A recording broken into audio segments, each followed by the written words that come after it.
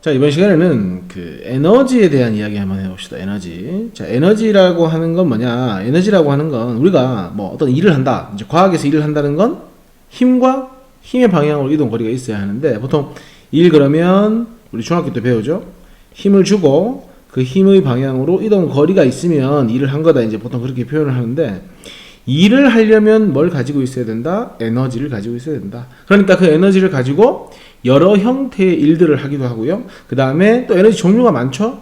여러 가지 다른 에너지로 전환되기도 한다. 이제 그 내용을 배워볼 겁니다. 그래서 에너지의 단위는요, 1의 단위하고 똑같고요. 여기 J라고 써져 있는데 읽을 때는 줄이라고 읽습니다. 그리고 에너지의 단위와 1과 단위가 같기 때문에 1의 단위인 힘과 이동거리의 곱, 그러니까 뉴턴 미터 역시나 뭐가 될 수 있다? 에너지의 단위가 될 수 있다. 이렇게 보시면 됩니다. 자, 에너지의 종류는 어떤 것들이 있느냐? 우리가 제일 잘 흔히 알고 있는 역학적 에너지라고 하는 거. 역학적 에너지는 운동 에너지하고 포텐셜 에너지. 보통 우리는 위치 에너지라고 많이들 알고 있죠? 그 포텐셜 에너지를 합한 게 역학적 에너지라고 보시면 됩니다. 운동 에너지는 2분의 1 질량 곱하기 속력의 제곱이고요. 그 다음에 위치, 높은 중력에 대한 보통 위치 에너지를 표현을 하는데 9.8m 이게 뭡니까? 9.8 곱하기 질량이죠. 거기에 높이를 곱한 값이 뭐가 된다? 위치 에너지가 된다. 그러니까 높이 있을수록 많은 양의 에너지를 가진다라고 보시면 되죠. 뭐 잘 알다시피 빛 에너지는 전구나 이런 것들에서 나오는 에너지고요. 물론 눈에 보이진 않지만 살균 소독력이 있는 자외선 등 같은 것들도 빛 에너지를 볼 수 있습니다. 사실 제일 많이 쓰는 건 전기 에너지죠. 이 근본이 전기 에너지고요. 이 전기 에너지를 이제 여러 가지 다른 에너지로 전환해서 쓰는 건데, 전기 에너지라 하면 결국 뭐가 흘러야 된다? 전류가 흘러서 생긴다. 그럼 전류는 왜 흐르느냐? 이겁니다. 플러스 또는 마이너스 전하의 이동이 생기면 우리는 전기 에너지로 보는 겁니다. 그 다음에 열에너지는 뭐 뜨거운 온도를 높여주는 거고요. 이 열에너지로 뭡니까? 온도도 변화시킬 수 있고요. 그 다음에 고체, 액체, 기체 같은 상태 변화도 가져올 수 있습니다. 그리고 화학 결합을 통해 저장된 에너지. 그럼 그 결합을 끊거나 뭐 분해하거나 하면서 나오는 에너지를 쓴다 보시면 되고, 석유, 석탄, 대부분 음식물들도 화학 물질 아닙니까? 전부 다 뭐로 생각하면 된다? 화학 에너지로 보시면 된다. 그리고 소리나 파도와 같은 파동의 형태, 파동 에너지라 보시면 되고요. 뭐 전자기파 이런 것들도 사실은 파동 에너지로 보실 수 있습니다. 그리고 핵이 분열되거나 핵이 융합될 때 다량의 열이 발생하거든요. 그런 것들은 핵 에너지로 분류가 되는 겁니다. 그럼 이제 우리가 중점적으로 배울 건 뭐냐? 에너지가 이제 어떻게 전환되느냐, 그리고 그 전환되는 과정 속에서 총량은 어떻게 되느냐 하는 부분인데, 일단 전환은 가능하냐? 활발히 가능합니다. 에너지 전환은. 근데 여기서 중요한 건 이거죠. 전환되는 과정에서 물론 A가 만약에 B로 전환된다. 그럼 A 에너지 양은 줄죠. 이 A 에너지 양이 주는 대신에 B의 에너지 양은 증가하기 때문에 중요한 건 이겁니다. 생성되거나 소멸되지 않는다. 그러니까 에너지의 전체 총량은 뭐하다? 일정하다. 이렇게 보시면 되는 겁니다. 그래서 여기 보면 우리가 자주 쓰는 휴대폰 같은 경우에 보통 우리가 이제 배터리에 그 에너지가 저장되어 있죠. 휴대폰 같은 경우에 이 배터리에 저장된 에너지는 사실상 화학 에너지입니다. 보통 우리 리튬 배터리를 쓰는데 이 화학 에너지를 전기 에너지로 바뀌어가지고 동영상을 본다. 그러면 빛도 나오고 이 화면에서 소리도 나오죠. 휴대폰을 쓰다 보면 뜨끈뜨끈 뜨거워진다. 그죠? 열 에너지 나오고요. 그 다음에 전화가 오거나 어떤 신호가 왔을 때 진동하는 거, 모터가 떨리는 거죠. 운동 에너지가 바로 여기에 속한다고 보시면 됩니다. 그러니까 굉장히 많은 양의 종류의 에너지로 전환된다 보시면 되고요. 그 다음에 전기기구도 마찬가지입니다. 전등은 전기 에너지를 빛으로 바꿔주는 거고, 그 다음에 청소기는 전기 에너지를 운동 에너지, 모터를 돌려야 하기 때문에 전동기라는 표현을 많이 쓰죠. 그 다음에 난로를 틀면 열 에너지로, TV를 틀면 빛이나 소리 에너지가 발생한다. 이렇게 보시면 되는 겁니다. 조금 더 크게 보면, 자 봅시다.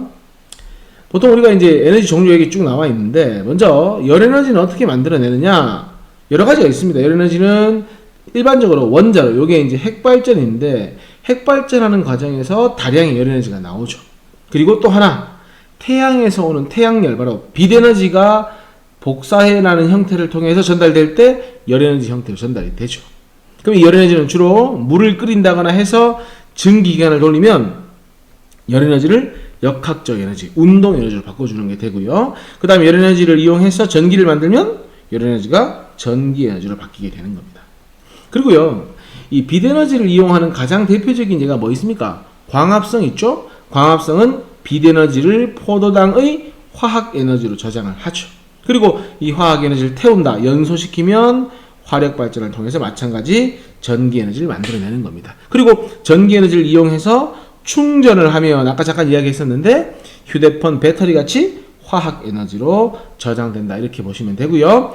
이 전체적인 과정을 봤을 때 이 전체적인 과정에서 뭘 알 수 있어야 된다? 어떤 게 어떤 걸 변하는지 이 서로 간의 상호작용을 잘 판단할 수 있으면 됩니다. 됐죠? 문제 한번 풀어봅시다. 자, 기본 문제 1번입니다. 에너지에 대한 설명을 옳은 것만을 보기에서 골라라. 에너지는 한 가지 아니죠. 수없이 많은 종류의 에너지가 존재를 하죠. 에너지를 가진 물체는 그렇죠. 일을 할 수 있는 능력이 에너지니까 에너지가 있다, 일할 수 있다라고 보시면 되고요. 에너지의 단위는 힘의 단위와 같은 뉴턴이 아니라 힘의 단위인 뉴턴과 이동 거리를 곱한 것이 일의 단위가 될 수는 있죠. 물론 가장 널리 쓰이는 일의 단위는 뭐다? 줄이라고 볼 수 있습니다. 그러니까 디귿도 틀렸고 답은 1번입니다. 자, 2번 볼까요? 핵에너지, 그렇죠. 원자 핵 속에 저장된 에너지. 음식물도 화학 물질이니까 화학 에너지. 자, 아까 뭐라고 했죠? 열 에너지는 물체의 상태, 고체, 액체, 기체를 전환시킬 수 있다. 상태 변화시킬 수 있고, 그 다음에 온도도 변화시킬 수가 있죠. 전기 에너지인데 이 전기 에너지는 뭐라고 했습니까? 전류의 흐름에 의한 에너지인데 화학 결합에, 그랬으니까 이걸 무슨 에너지를 말하는 겁니까? 화학 에너지를 말하고 있죠. 따라서 옳지 않은 건 4번이 된다.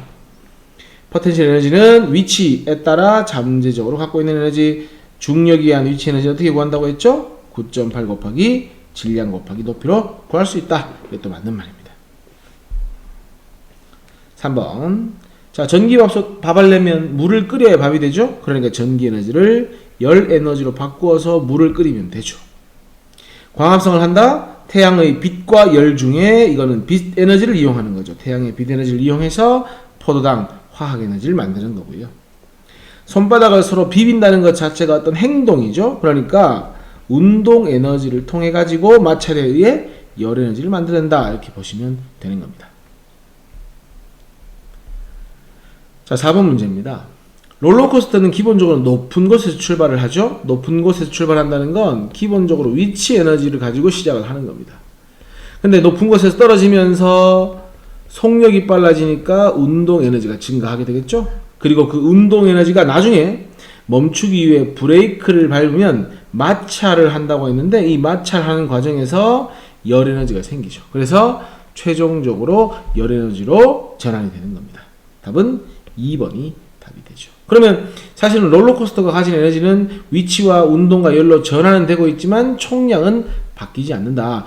여기서 하나 생각해야 될 게, 좀 이따 하겠지만, 그러면 이 열 에너지를 이용해서 다시 뭔가를 하면 되지 않냐라고 생각할 수 있는데, 이 일반적으로 최종적인 이 열 에너지는 어떤 형태냐면 이용이 불가능한 형태죠. 다시 재사용이 불가능한 겁니다. 그래서 사실상 에너지의 총량은 일정하다고 하지만, 에너지가 보존된다고 하지만 에너지를 아껴 써야 된다, 이렇게 보시면 되는 겁니다.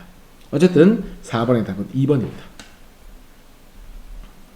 자, A를 가지고 증기기관이 뭡니까? 물을 끓여서 수증기로 에너지를 얻는 거거든요. 이거는 물을 끓이는 열 에너지가 A가 되겠죠.